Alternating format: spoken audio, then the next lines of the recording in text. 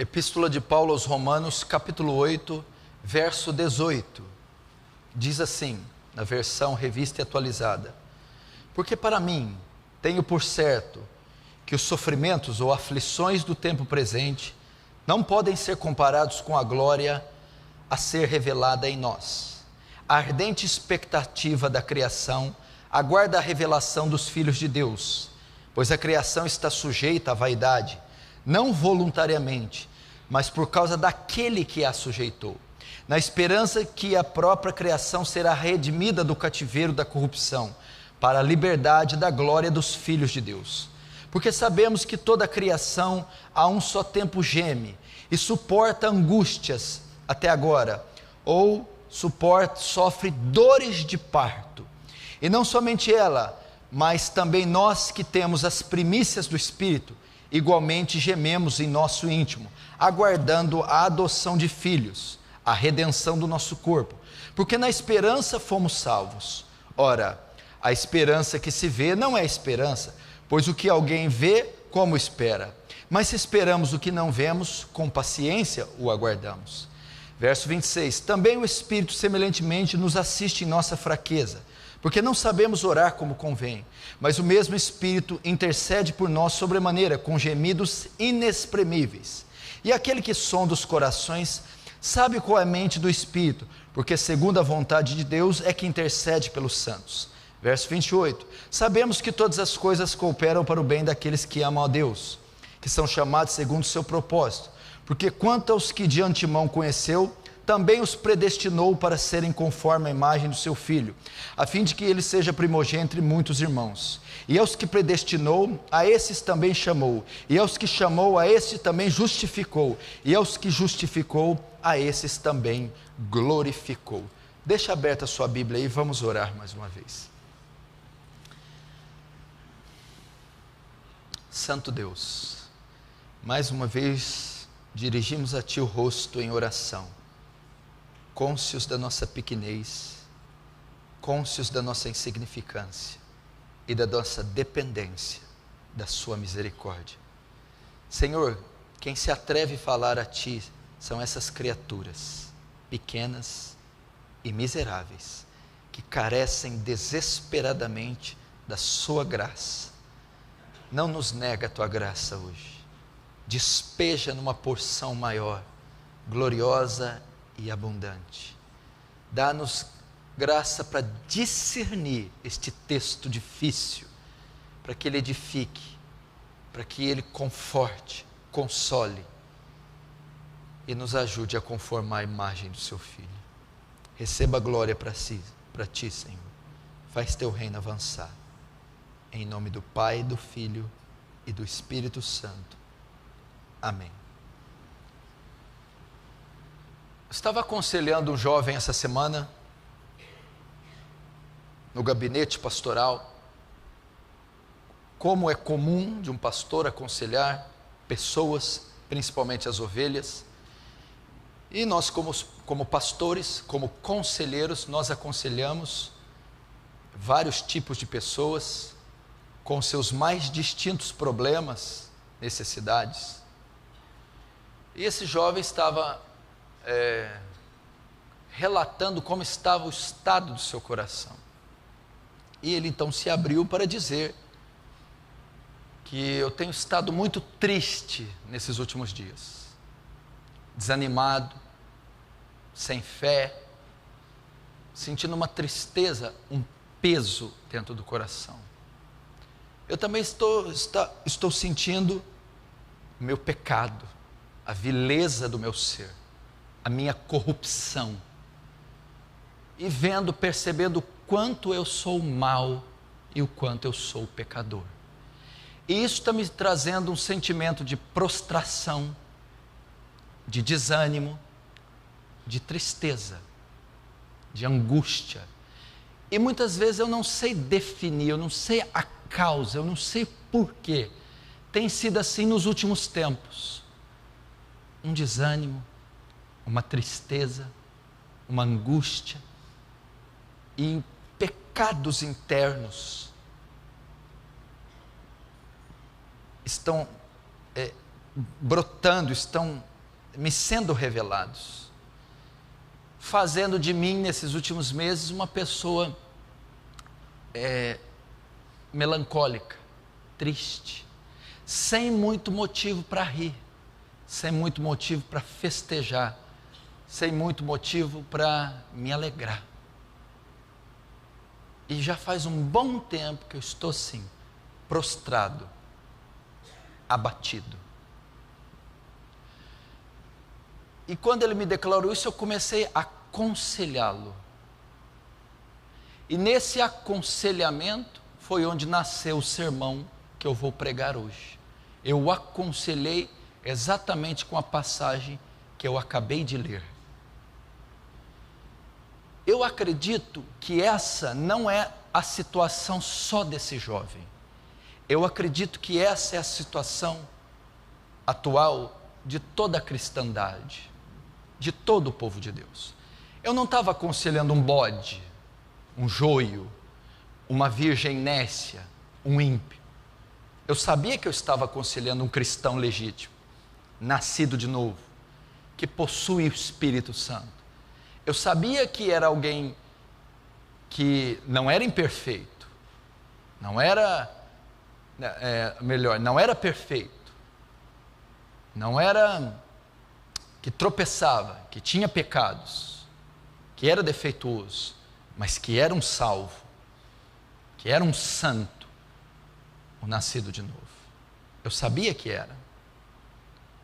Todavia, por que ele estava sentindo isso? Porque nós estamos assim. Possivelmente você está assim. Você sabe que foi salvo, que é salvo, que o Espírito de Deus está em você. Mas você está triste, desanimado. Nós, em algum tempo da nossa vida, e a nossa vida é marcada assim, a vida cristã, lutas, vitórias, derrotas, altos e baixos, alegrias e tristezas, é comum uma certa oscilação. Mas parece que de um tempo para cá, principalmente nos últimos anos, a tristeza tem tomado conta do povo de Deus. O desânimo tem tomado conta. Uma agonia interior tem tomado conta do coração dos cristãos. E por que isso ocorre? Talvez tem dias que você acorda pela manhã e aparentemente o dia não tem nada. O dia é igual a qualquer outro, mas você acorda com uma tristeza profunda no coração, uma angústia profunda, e você não sabe a causa. Aparentemente não tem nenhuma causa física, política, geológica, mas simplesmente aquele peso, aquela tristeza, e você não sabe o porquê dela. O texto que eu abri está na Epístola de Paulo aos Romanos, uma das maiores obras de arte já escritas em todos os tempos, por uma das maiores mentes, a do apóstolo Paulo. Carta escrita aos cristãos de Roma, oriundos do Pentecoste.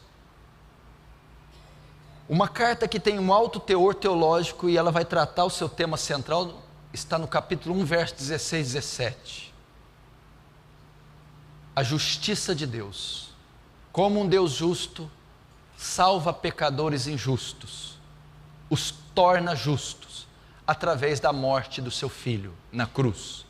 É isso que trata, em essência, a Epístola de Paulo aos Romanos. O capítulo 8, que é o que eu abri, presta atenção, fala da vitória que o crente tem contra o pecado, da vitória que o crente tem na mortificação da carne, o triunfo que o crente tem na mortificação do velho homem, na santificação. Por que o capítulo 8 trata disso? Porque no capítulo 7, Paulo vai tratar de um assunto muito complexo. Se você lembrar no capítulo 7, Paulo vai mencionar assim, o bem que eu quero fazer, eu não faço. E o mal que eu não quero fazer, eu acabo fazendo. Então no verso 24 ele vai dizer: desventurado homem que sou, quem me livrará do corpo dessa morte?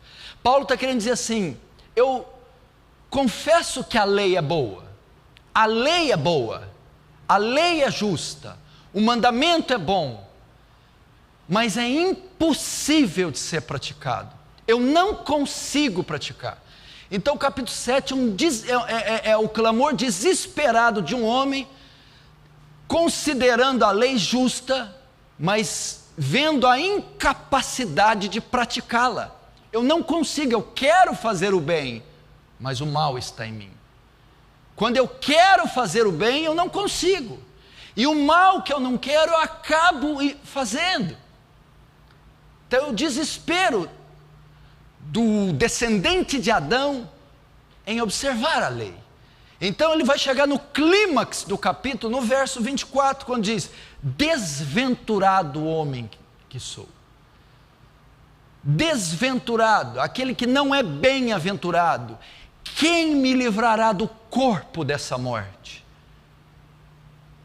A resposta está no capítulo 8. O capítulo 8 vai livrá-lo do corpo dessa morte. O capítulo 8 começa com o verso 1. Pois agora nenhuma condenação há para aqueles que estão em Cristo Jesus. Como livrará do corpo dessa morte? Através da regeneração, através do novo nascimento e da obra do Espírito Santo, fazendo dele uma nova criatura. Esse homem está livre do poder do pecado. É isso que trata o capítulo 1. Ele mostra como um homem regenerado experimenta vitória sobre o pecado através do Espírito Santo. O capítulo 8, Paulo está dizendo que Deus resolve a parte jurídica e prática do homem. Ele lida com a culpa do pecado através do Filho morrendo na cruz. Ele lida com o poder do pecado, que é a prática de vida, através do Espírito Santo. Aliás, o capítulo 8 de Romanos é o capítulo que mais fala do Espírito Santo na Bíblia. Não existe outro capítulo na Bíblia que mencione mais a obra do Espírito Santo do que Romanos capítulo 8. Pelo menos 26 vezes ele menciona a obra do Espírito Santo. O Espírito Santo, quando os regenera, os faz novas criaturas e habita em vocês, de sorte que agora vocês podem mortificar o pecado, se santificar. Agora vocês têm a adoção, são filhos de Deus. Então o poder do pecado está também resolvido. Logo então Paulo está tratando da nova vida que o crente tem em Cristo após a regeneração. É isso que trata o capítulo 8.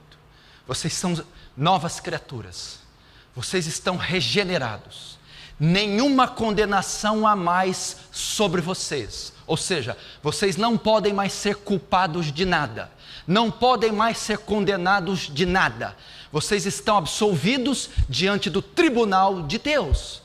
Agora o pecado também não tem mais domínio sobre vocês, vocês têm uma ferramenta para livrar do corpo do pecado, do corpo dessa morte. O Espírito Santo, ele mortificará, neutralizará, ele refreará o poder devastador do pecado em vocês. Então ele está escrevendo isso. Entretanto, Paulo vai dizer, a obra da regeneração, seguida da santificação, não eliminam de vocês o sofrimento, a dor, as quedas, a tristeza. Por que Paulo estava escrevendo isso? Ele estava escrevendo para quem? Para os cristãos romanos. Eles estavam em dúvidas. Nós não somos salvos? Sim, vocês são. Nós não nascemos de novo? Sim, nós nascemos. Cristo não nos resgatou? Sim, resgatou. Então por que Nero está na nossa captura? Por que estamos perdendo o emprego? Por que que os nossos maridos estão sendo presos? Por que cristãos estão sendo mortos? Nós não nascemos de novo? Nasceram. Não somos santos? Sim. A culpa do pecado não foi removida? Foi. O poder do pecado também não foi resolvido? Foi. Então, por que estamos passando tudo isso? Paulo então vai escrever e dizer para eles que o fato deles terem sido salvos, o fato da culpa do pecado ter sido removida deles, o fato de agora eles poderem refrear a força do pecado no corpo deles, não os eximia de sofrerem, de passarem sofrimento. Elas seriam comuns ainda. A obra da regeneração não elimina o sofrimento, a queda, a tristeza, nem a dor. Paulo então vai fazer o que na sequência do capítulo 8? Ele vai apontar para a glorificação. Ele falou de justificação, a parte jurídica está resolvida. Ele falou de santificação, a parte prática está resolvida. Todavia, essas partes resolvidas não são suficientes para remover de nós o sofrimento.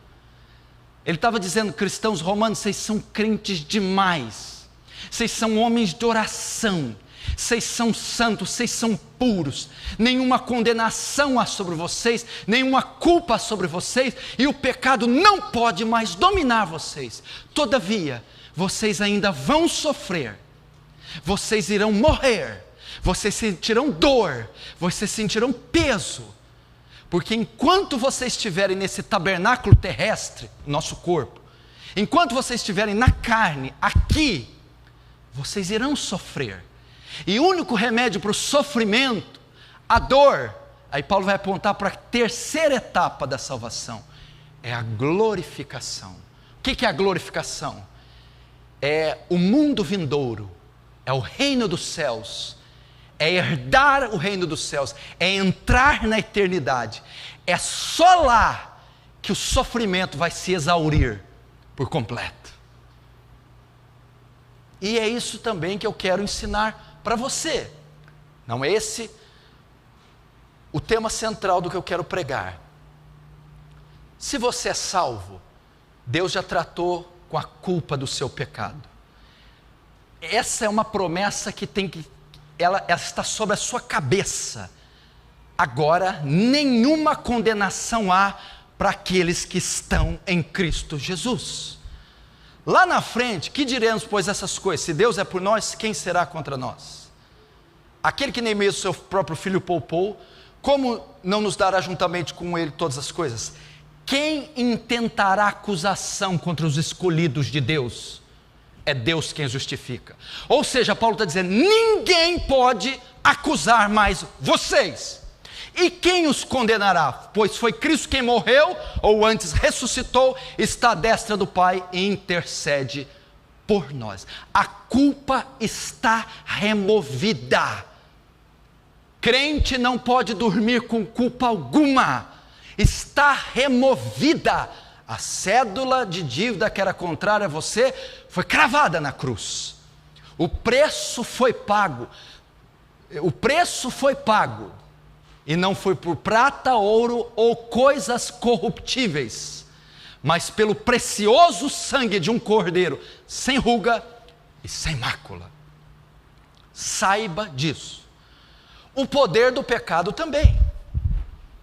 É o que ele está tratando no capítulo. Como assim o poder? Não há necessidade de você viver pecando. Uma vez que ele resolveu a culpa, não tem Satanás ou outro ser no universo que pode acusar você.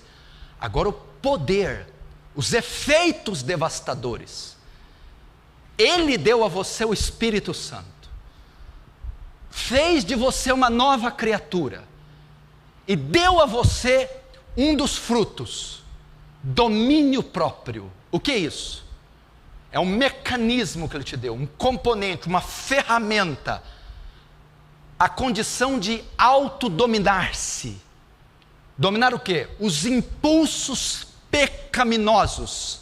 Hoje não é a carne que fala mais alto, não é o pecado, mas o poder do Espírito Santo que está em você para mortificar seus desejos. Então ele diz: o pecado não terá mais domínio sobre vós. O pecado não pode ter domínio. Se pelo Espírito mortificar as obras da carne, viverei. Pelo Espírito você pode mortificar essas duas coisas. Contudo, ficou ainda o sofrimento.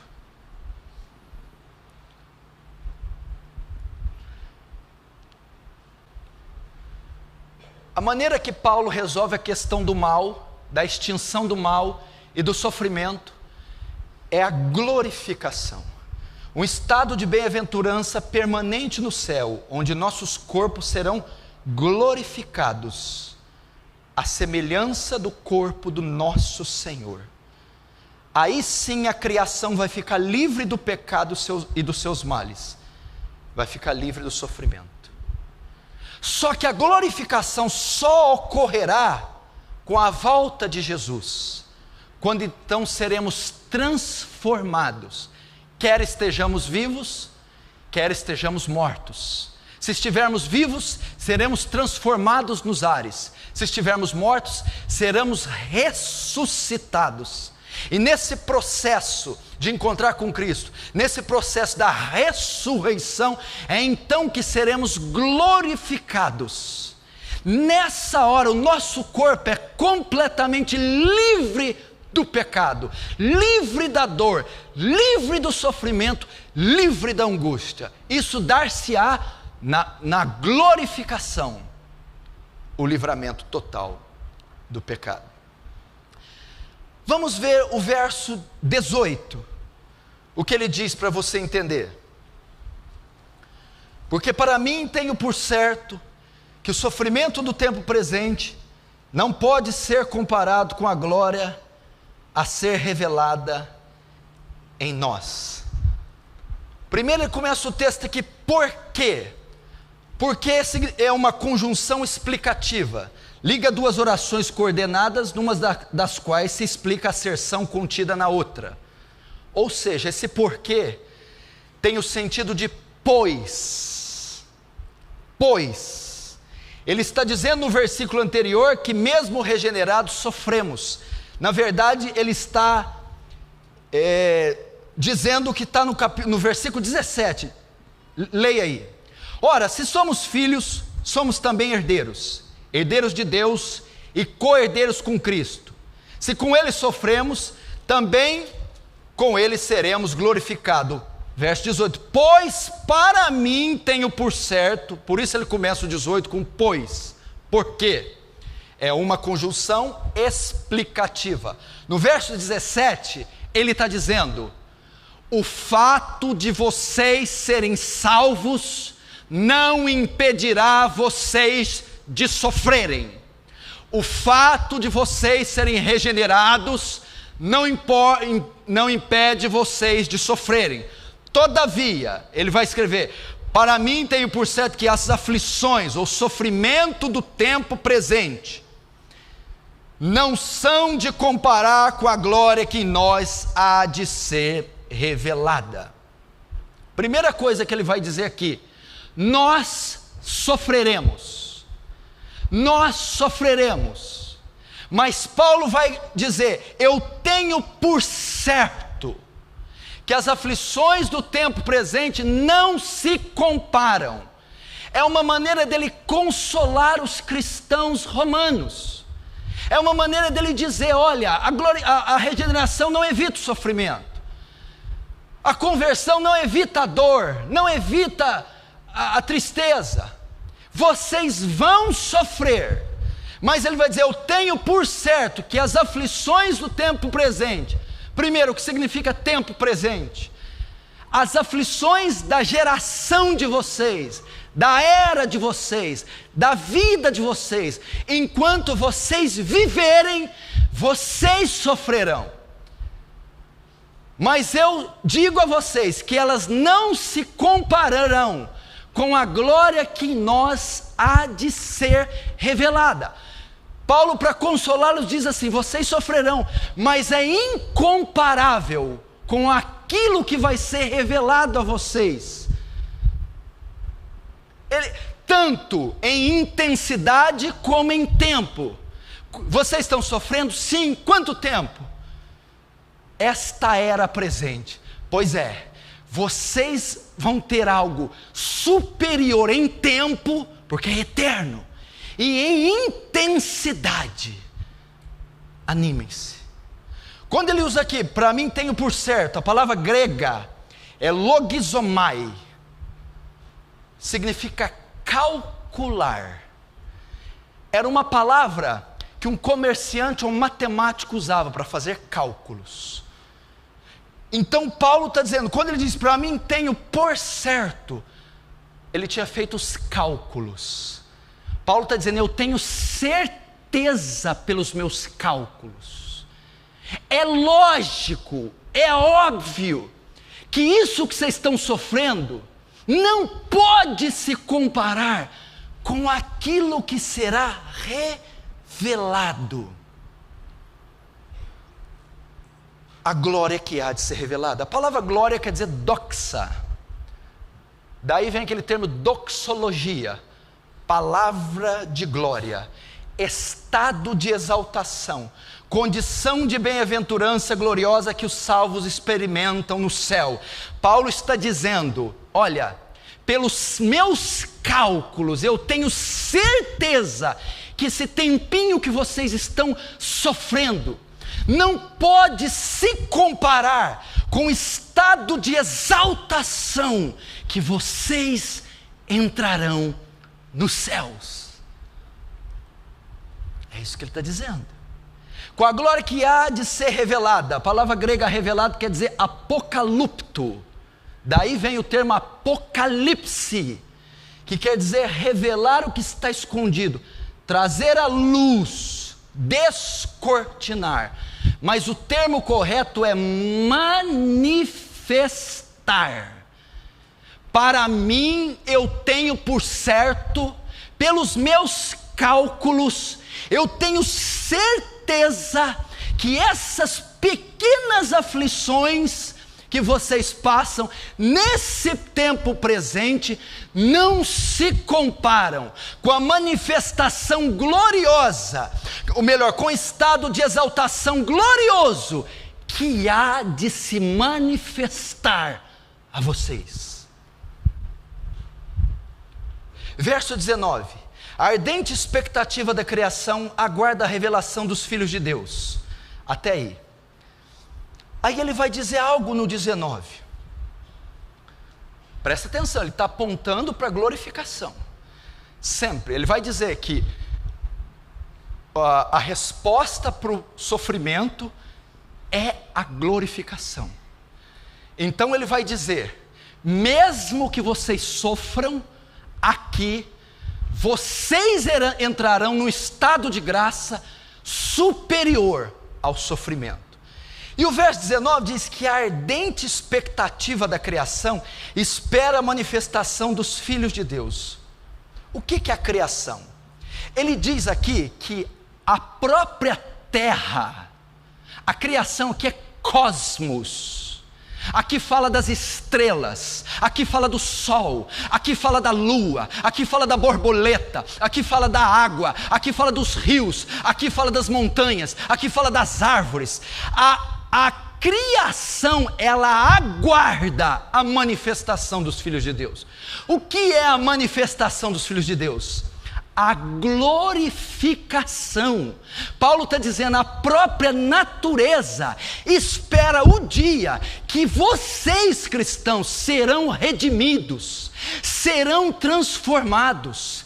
A criação, tudo que Deus criou, quando disse no Éden, haja luz, haja luminares, haja vegetais, a própria criação aguarda, anseia o dia da nossa glorificação.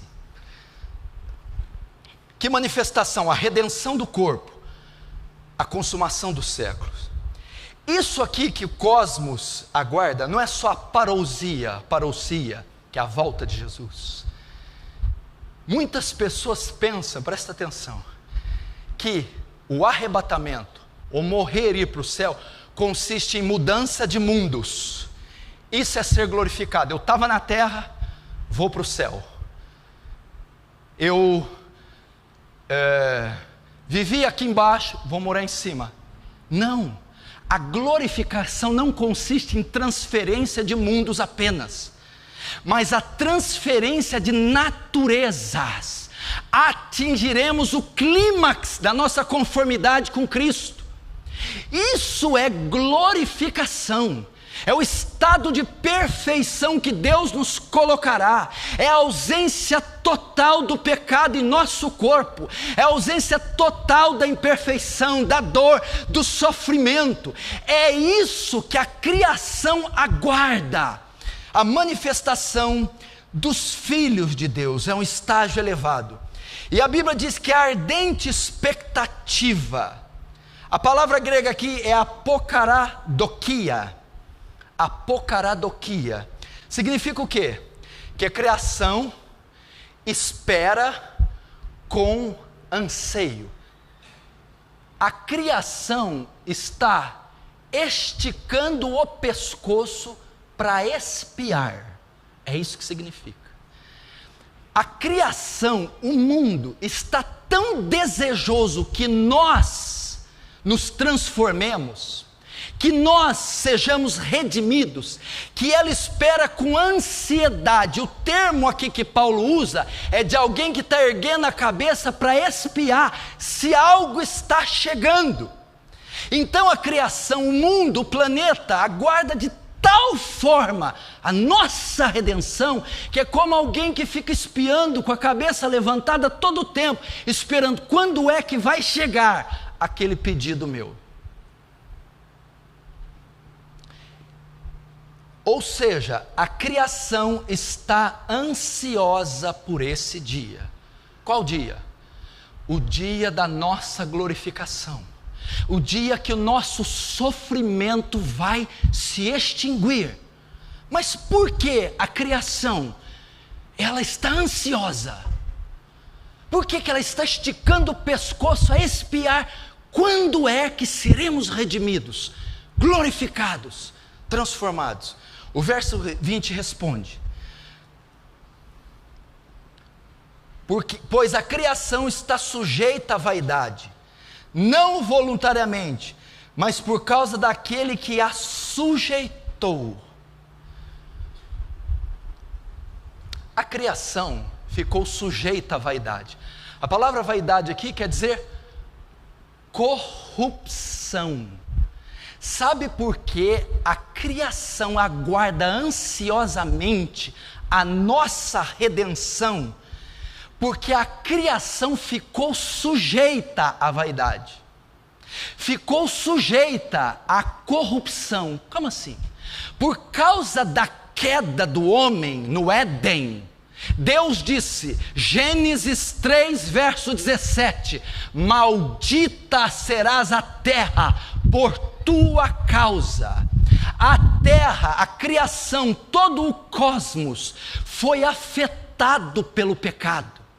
Ela sofre com o pecado. E quando fala que a criação ficou sujeita à vaidade, fala do mundo visível e invisível, de criaturas racionais e irracionais. Tudo que Deus criou debaixo da terra e nos céus foi afetado pelo pecado. Então ela está sujeita.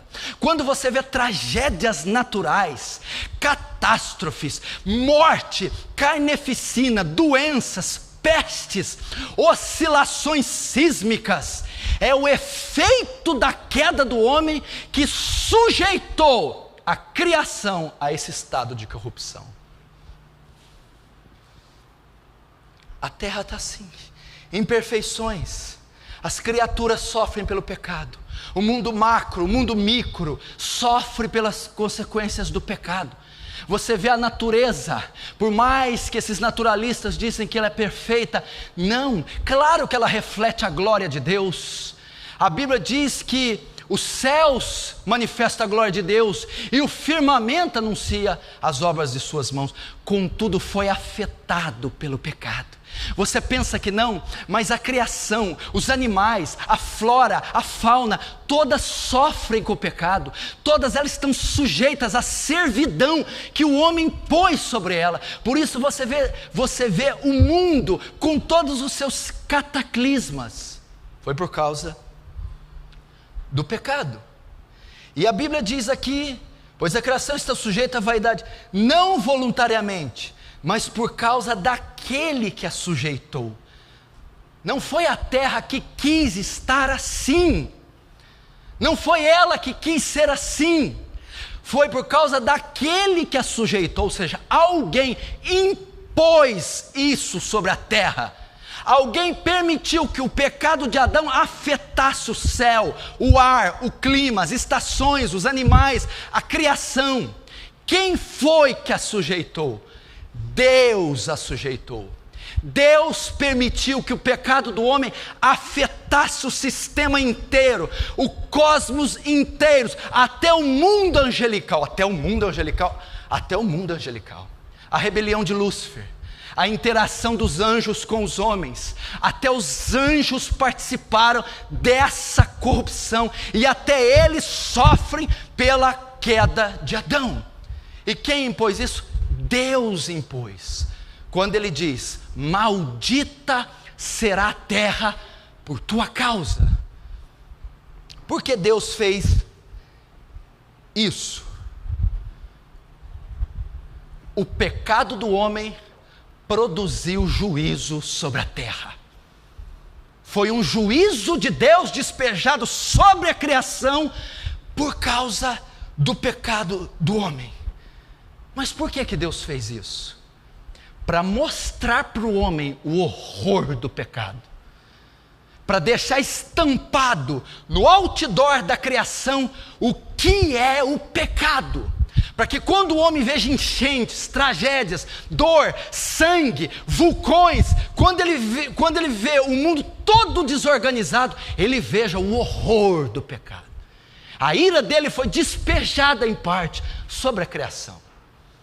A natureza sofreu juízo por causa do pecado de Adão, e Deus assim o permitiu para mostrar para o homem o terror do pecado, o horror do pecado. Então a terra toda sofre com o pecado, e ela só será redimida por Deus no final. Em Apocalipse 21 ele diz: eis que vi novos céus e nova terra. Enquanto Deus não redimir esse mundo, ele continuará como estão. Mas, continuando, por que a ardente expectativa da criação aguarda a manifestação dos filhos de Deus? Uma das causas é porque, por causa do pecado do homem, a terra sofreu. A terra tem identidade, a terra tem alma, a terra tem vida, e ela aguarda o alívio do nosso sofrimento. Por que será? Ela aguarda a glorificação do nosso corpo, ela aguarda o dia que subiremos daqui e seremos transformados, porque ela sofreu com a queda do homem. Então a Bíblia diz que ela aguarda ansiosamente, ardente expectativa. Verso 21. Olha, sabe por quê? Na esperança que a própria criação será redimida do cativeiro da corrupção para a liberdade da glória dos filhos de Deus. Porque no dia que nós formos redimidos, a terra será também redimida. A terra ficará livre da corrupção, livre da imperfeição, livre do pecado. Por isso que a terra, junto com os filhos de Deus, geme, esperando a nossa manifestação. Aqui está uma das respostas para o problema do mal, para o problema do pecado, do sofrimento. A Bíblia diz que, verso 22, 21, ela será redimida do cativeiro da corrupção. Ela está sob um cativeiro. É por isso que há mortes, violência, maldade, dor, tragédia, tristeza, porque o cosmos ficou cativo da corrupção de Adão. E no dia em que a igreja for redimida, a criação será redimida também desse cativeiro. Então é por essa razão que ela anseia, na esperança de que também a mesma criatura será libertada do cativeiro da corrupção, para a liberdade da glória dos filhos de Deus. A criação sabe que quando os filhos de Deus forem glorificados, ela também será renovada e ficará livre dos efeitos da queda. Por isso a palavra na esperança.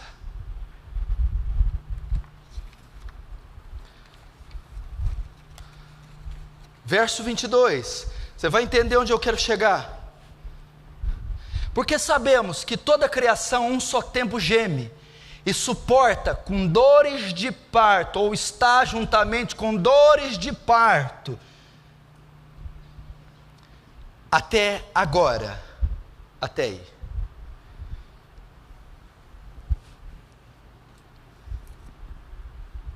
Vou ler o 23 também. E não somente ela, mas nós também que temos as primícias do Espírito, igualmente gememos em nosso íntimo, aguardando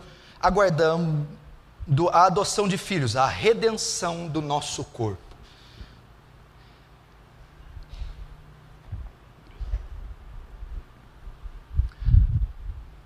Ele vai relatar aqui agora 3 gemidos. A criação geme, nós gememos, e lá no 26, o Espírito Santo também geme.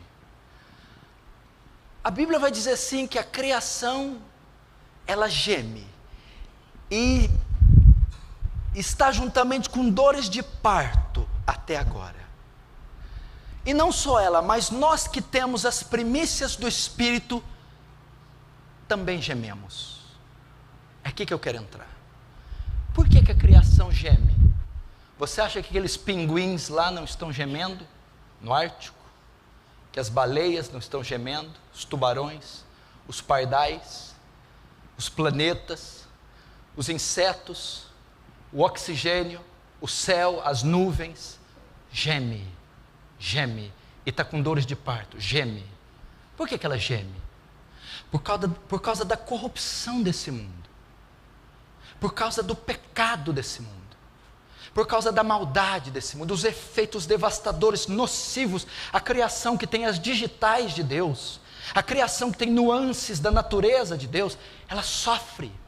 Esse gemido é sofrimento, ela sofre, e ela sofre porque ela não aguenta mais ficar sob esse jugo, porque ela é palco da violência do homem, das orgias do homem, das atrocidades do homem. As palmeiras testemunham os assassínios, os pardais testemunham as orgias, as estrelas testemunham os crimes, e ela não aguenta mais ficar sob essa servidão, e ela geme, esperando o fim desse cativeiro, esperando o dia que ela será redimida, restaurada, e toda a terra se encherá da glória e do conhecimento de Deus. Então ela sofre, ela geme, ela chora. É isso que a Bíblia está dizendo. Dor de parto, à medida que o nascimento se aproxima, dói cada vez mais, não é isso?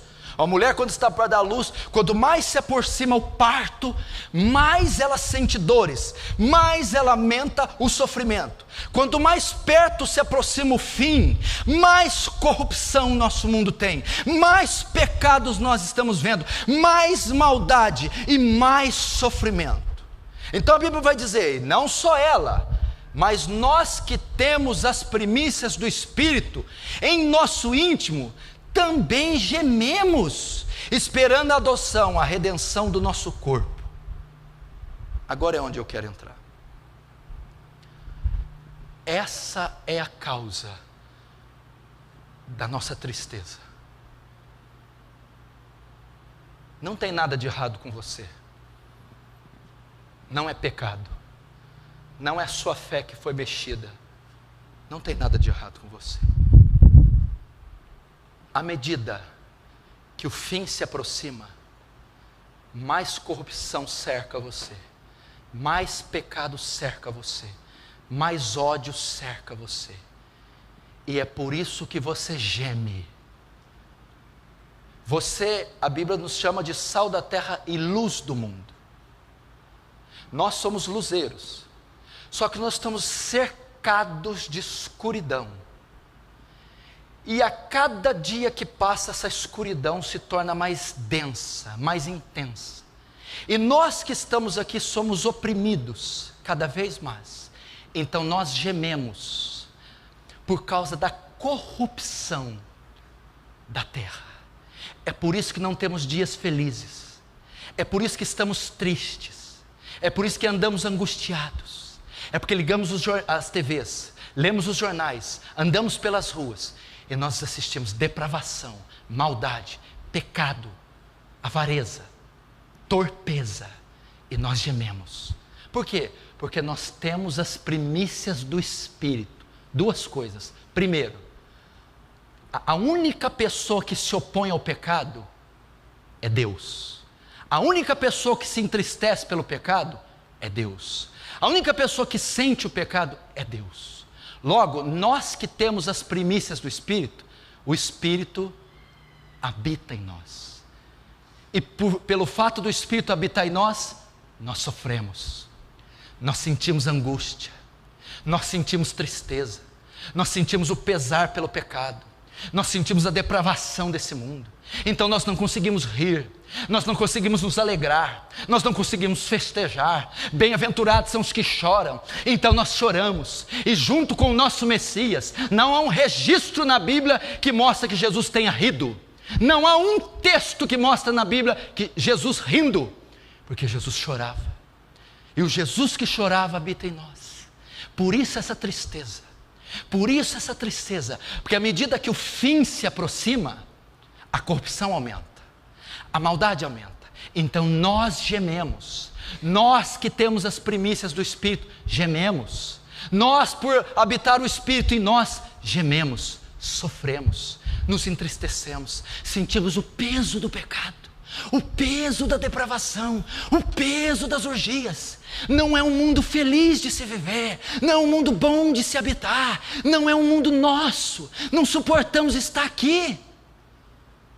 É por isso que estamos tristes, é por isso que gememos, é porque estamos deslocados. Não é nosso mundo, não é nosso lugar, não é nossa língua, não é nossa cultura, não é nossa tradição, não é. Então sofremos, o cerco vai se fechando, a densidade das trevas aumentando, e nós gememos, porque o Espírito habita em nós. Segundo, as primícias do Espírito, é porque nós já experimentamos um pouco das bem-aventuranças vindouras, já desfrutamos um pouco da glorificação.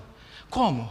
Quem é convertido, quem tem o Espírito Santo, já experimentou paz, alegria, amor, santidade, justiça, lealdade, fidelidade. Isso é as primícias do Espírito Santo. Olha, vocês já receberam flashes do céu, vocês já receberam fagulhas do que é o céu. Por isso vocês gemem, vocês não se contentam com isso aqui. Isso não satisfaz, esse mundo não satisfaz, não há deleite nesse mundo, não há prazer, não há sofrimento. Por quê? Vocês já experimentaram porções, mesmo que pequenas, do mundo vindouro. Por isso gememos, por isso andamos cabisbaixos, tristes. Essa gemida é tanto sofrimento quanto suspiro, anseio por ser redimido, desejo de sair daqui, desejo de ser arrebatado, desejo do fim se consumar rápido. É por isso que você está ansioso e não sabe o que é. É por isso que está essa dor no teu peito e você não sabe o que é. É por isso que essa insatisfação você não sabe o que é. São gemidos. Você geme por ter as primícias do Espírito, por não suportar viver nesse corpo corrupto, por não suportar estar cercado de trevas. Por isso a dor, por isso a insatisfação, por isso a tristeza. E você viu? Vai para os restaurantes, shopping, compra roupas, viaja, faz de tudo. Não resolve.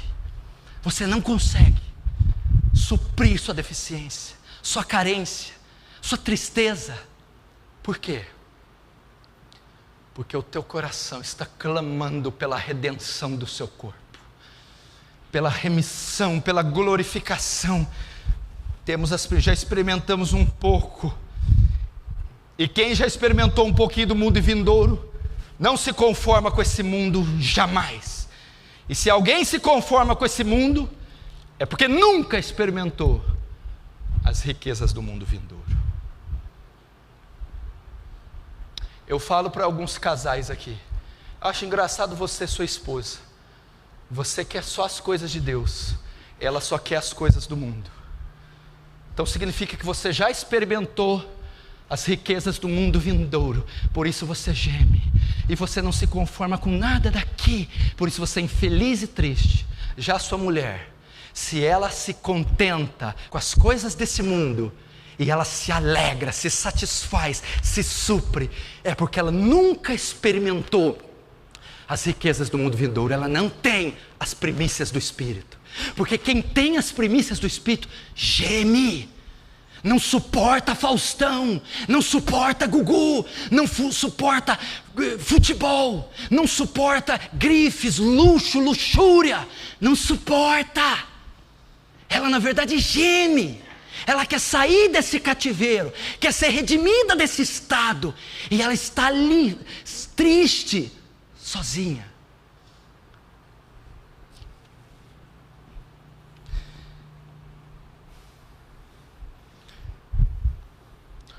É por causa disso que cada dia ficamos tristes e desanimados, sofrendo, caindo às vezes em pecados. À medida que o fim se aproxima, a corrupção aumenta, o pecado e a maldade.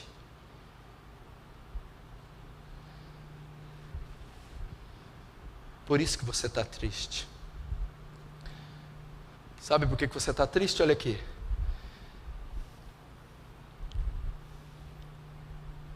Deixa eu ver aqui.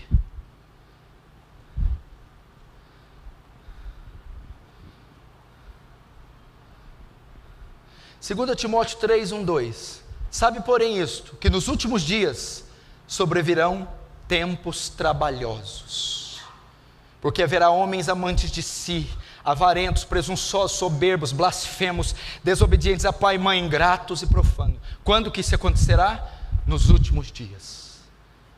Haverá tempos trabalhosos, homens amantes de si, a corrupção, a depravação crescendo, e isso nos fará mais tristes. É por isso, nos últimos tempos, esses tempos, 1 Timóteo 4:1, mas o Espírito expressamente diz que nos últimos tempos apostatarão alguns da fé, dando ouvido a espíritos enganadores e doutrinas de demônio. Quando? Nos últimos tempos, nesse período. Doutrina de demônios, apostasia, e a igreja nesse meio, a igreja no meio dos homens avarentos, apóstatas. Judas 1,18, os quais vos diziam que nos últimos tempos haveriam escarnecedores, que andariam segundo as suas ímpias concupiscências. É por isso que nós gememos, porque a corrupção vai tomando níveis incontroláveis. Nos últimos tempos, corrupção. Nos últimos tempos, apostasia. Nos últimos tempos, avareza, maldade. E nós aqui que temos a primícia do Espírito, suportando tudo isso. 2 Pedro 3:3, sabendo primeiro isso, que nos últimos dias virão escarnecedores, andando segundo as suas próprias concupiscências. A igreja não suporta mais o escárnio, o crente santo não suporta mais os crimes, não suporta mais a maldade, por isso ela sofre, ela geme. Mateus 24, 10, 12, Jesus vai dizer, nesse tempo, muitos se escandalizarão, trair-se uns aos outros, e uns aos outros se odiarão, e por se multiplicar a iniquidade, o amor de muitos se esfriará. Não só a criação, mas nós que temos as primícias do Espírito, também gememos, sofremos, somos consumidos de tristeza, porque o amor se esfriou, a iniquidade se multiplicou, escândalos, ódio. Mateus 24, 21, 22, porque haverá então tão grande aflição, como nunca houve desde o princípio até agora, nem tampouco há de haver. E se aqueles dias não fossem abreviados, nenhuma carne se salvaria, mas por causa dos eleitos serão abreviados aqueles dias. Jesus está dizendo que chegariam dias tão terríveis, tão intensos, que nenhuma carne se salvaria. Se ele não abreviasse aqueles dias, ninguém suportaria. É por isso que gememos. É por isso que você acorda pela manhã triste. É por isso que gememos.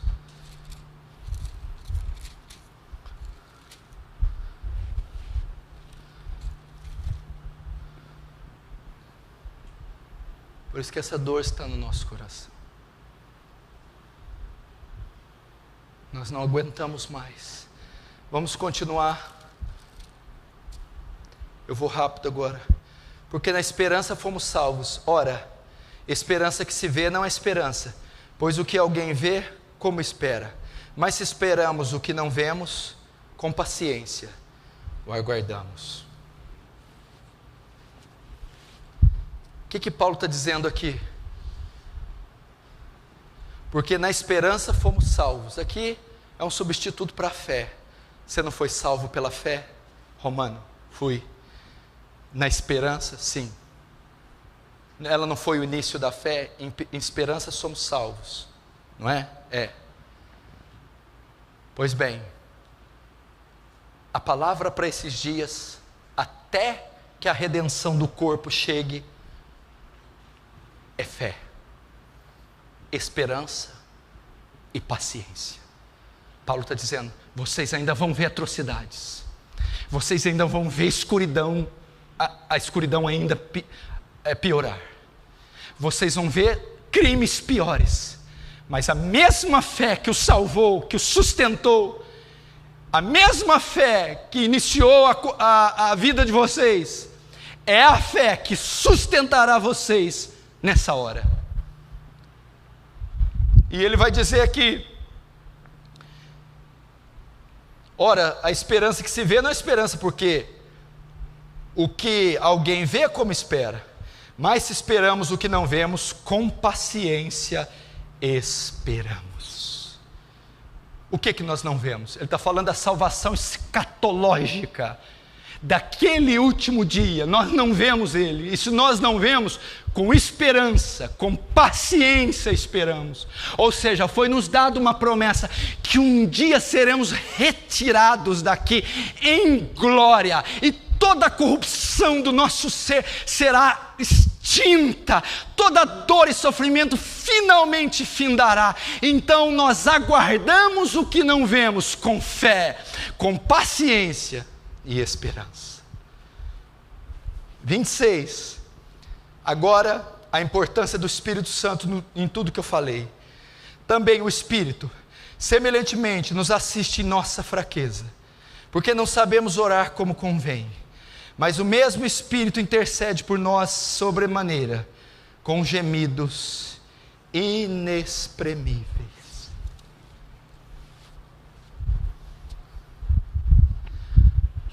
Eu vou resumir o que Paulo está dizendo aqui. A Bíblia não diz que nós gememos, a criação geme, nós também gememos, e agora o Espírito geme. Nós não sabemos orar como convém, não sabemos expressar a Deus esse sentimento de angústia, não sabemos colocar diante de Deus o porquê da nossa tristeza. Nós não sabemos, mas a Bíblia diz que Ele intercede por nós, Ele leva o nosso gemido até Deus. Ele apresenta a nossa dor a Deus. Ele é que transfere essa ânsia, esse suspiro, essa dor latente a Deus. Essa é a função do Espírito. Não sabemos orar como convém, não sabemos expressar esse gemido, essa insatisfação, essa tristeza, essa dor, mas o Espírito que em nós habita, Ele fala a língua de Deus, Ele transfere nosso gemido a Deus. Ele comunica com Deus. Ele é que faz isso. Só que a Bíblia diz que Ele também geme. Gemidos inexprimíveis. Nós não sabemos explicar o que é, porque eles são inexprimíveis. É impossível de se exprimir. Mas por que Ele também geme? E por que Ele também intercede? Porque o Espírito também aguarda a redenção dos filhos de Deus. E Ele também geme, Ele também aspira, Ele também aguarda ansiosamente pela nossa redenção. É isso. O Espírito de Deus intercede diante do Pai por nós também, aguardando, gemendo, até que um dia a raça humana, a terra, seja redimida do cativeiro do pecado.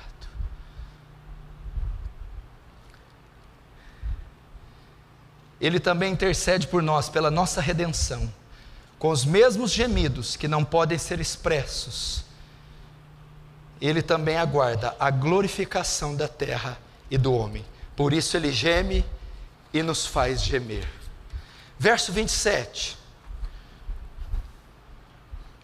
E aquele que sonda os corações sabe qual é a mente do Espírito, porque segundo a vontade de Deus é que Ele intercede pelos santos.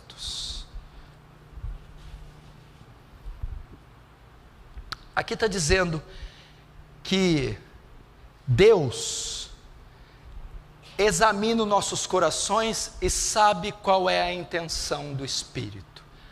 É a certeza que os nossos gemidos serão ouvidos. Por quê? Deus conhece o nosso coração e Ele conhece a intenção do Espírito. O que o Espírito faz nessa ocasião? Intercede por nós.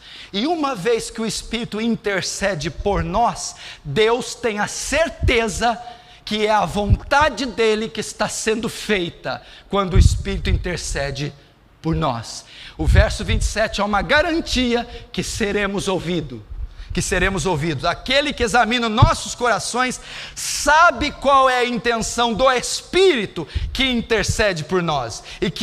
E é Ele que, segundo Deus, intercede pelos santos. Você será ouvido. Agora o 28, e eu vou encerrar e você vai ver. Sabemos que todas as coisas cooperam para o bem daqueles que amam a Deus, que são chamados segundo o seu propósito. Porque quanto aos que de antemão conheceu, também os predestinou para serem conformes à imagem do seu Filho, a fim de que ele seja primogênito entre muitos irmãos. E aos que predestinou, esse também chamou, e aos que chamou, também justificou. Agora olha a última palavra, e aos que justificou, a esses também glorificou. Aqui é a suma, a exposição da epístola inteira. Por essa causa, a exposição da epístola inteira, a grande obra de Deus para salvar homens através do seu Filho, vai levar isso até o fim. Que fim? A glorificação. Ou seja, Paulo termina dizendo assim, todas as coisas cooperam para o bem daqueles que amam a Deus. Todas as coisas cooperam para o bem. O que é o bem? Todas as coisas cooperam para que nós sejamos conforme a imagem de Cristo. E o que compreende a imagem de Cristo? A glorificação. Você, quando se converte, começa o processo de se parecer com Cristo, a imagem de Cristo. E quando você morre, você completa a imagem, você tem a imagem completa de Cristo. a glorificação. Então, tudo que acontece conosco na terra é para que nós cheguemos à glorificação, aonde então o nosso corpo será redimido da dor e do pecado. É isso que Paulo está dizendo. É isso que Paulo está dizendo. Só que tem um negócio bom aqui, que eu não citei. A Bíblia diz assim, que a criação geme e está juntamente com dores de parto, esperando a manifestação dos filhos de Deus. Nós estamos com dores de parto, por isso sofremos. Você está entendendo? A mulher, quando está para dar à luz, tem contrações.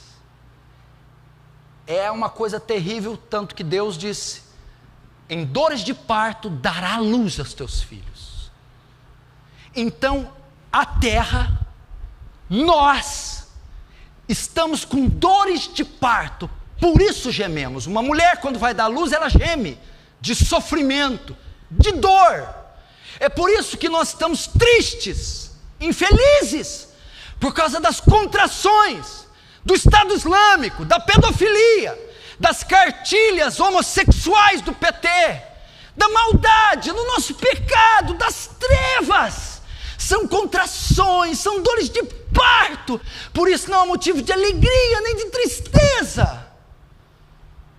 Mas Paulo não diz isso aqui só com o fim de mostrar nossa dor e nosso sofrimento. É com esse fim.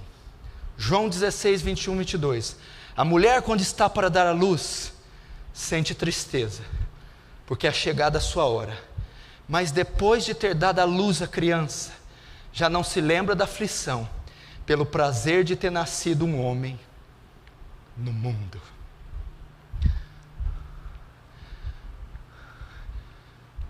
Esse sofrimento nosso, essas dores de parto, apontam para uma coisa gloriosa. Está para nascer. Por que a criação geme? Por que nós gememos? Porque ela vai dar luz a uma outra criação, a novos céus, nova terra, uma nova raça redimida, um novo reino celeste, uma nova Jerusalém, um novo corpo, uma nova mente, um novo coração. Essas dores no presente, essa gravidez no presente, é de sofrimento, é de dor. E quanto mais se aproxima do parto, mais dor. E quando preste segundos ao parto, mais dor. Mas quando vem o parto, cessa a dor. E vem a alegria de um novo ser vindo na terra. Esse sofrimento que você está passando, essa dor aguda, essa escuridão, ela está mostrando que está perto a nossa redenção, está perto a nossa glorificação, está perto a volta de Jesus. Nós vamos chorar agora, vamos sofrer agora, as contrações vão aumentar, mas logo logo daremos a luz a um novo homem, a uma nova era, a um novo reino, a um novo estágio. E então nós seremos livres do cativeiro e da corrupção, do pecado. É isso. É isso. Quanto mais dor, mais próximos estaremos.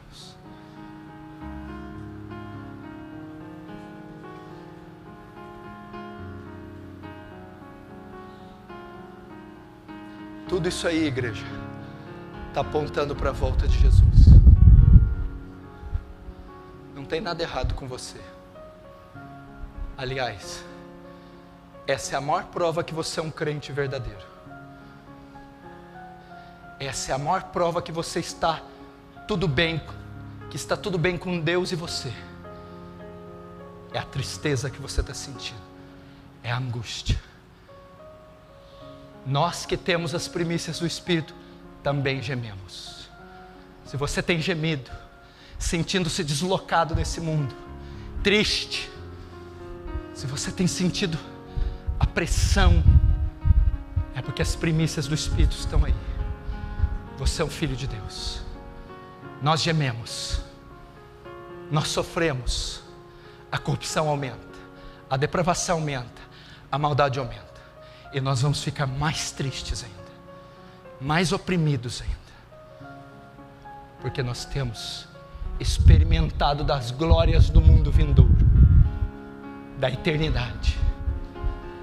Mas nós, junto com a criação, estamos sofrendo dores de parto, aguardando ansiosamente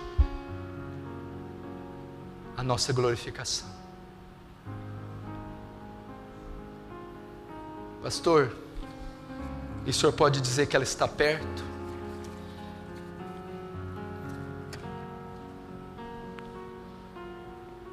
Sim,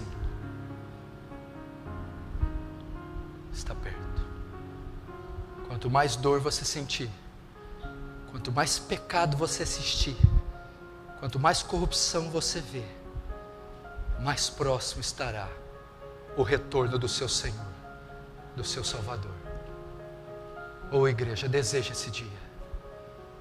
Você será redimido, porque é necessário que isso que é corruptível se revista da incorruptibilidade, e isto que é mortal se revista da imortalidade. E quando isto que é corruptível se revestir da incorruptibilidade, e isso que é mortal se revestir da imortalidade, cumprir-se-á a palavra que diz: tragada foi a morte na sua vitória.